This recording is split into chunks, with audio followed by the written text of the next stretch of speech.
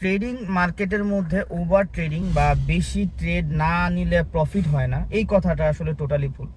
আর ট্রেডিংয়ের মধ্যে যত ট্রেডিং মার্কেটে বলি বা মার্কেট প্লেসগুলোর কথা বলি, মার্কেট প্লেসে আপনার সেট আপ হিসেবে পার ডে 2-3টা ট্রেড ভাই এনাফ।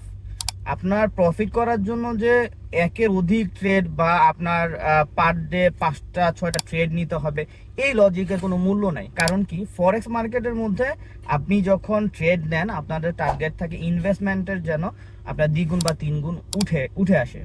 তো আমার হিসাবে আমি বলবো যে লজিক্যালি মানুষ কথা বলে যে ট্রেড করতে গেলে তো বেশি ট্রেড নিতে হবে, ওভার ট্রেডিং করতে হবে। ওভার ট্রেডিং বলতে গেলে আমি যেটা বুঝাতে চাচ্ছি যে একের অধিক ট্রেড।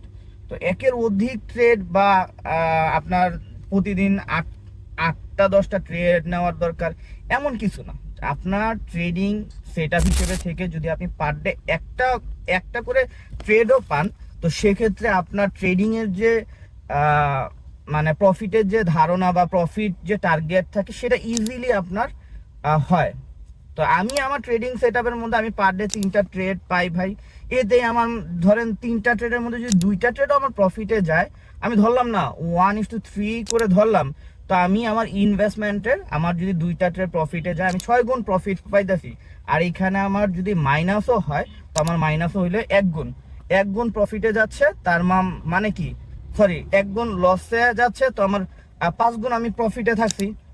না ভাই, আপনি 5 গুণ যদি পার ডে প্রফিট করতে পারেন আপনার ইনভেস্টমেন্টে, আপনি মাসে কিন্তু ভালো একটা প্রফিট জেনারেট করতে পারবেন।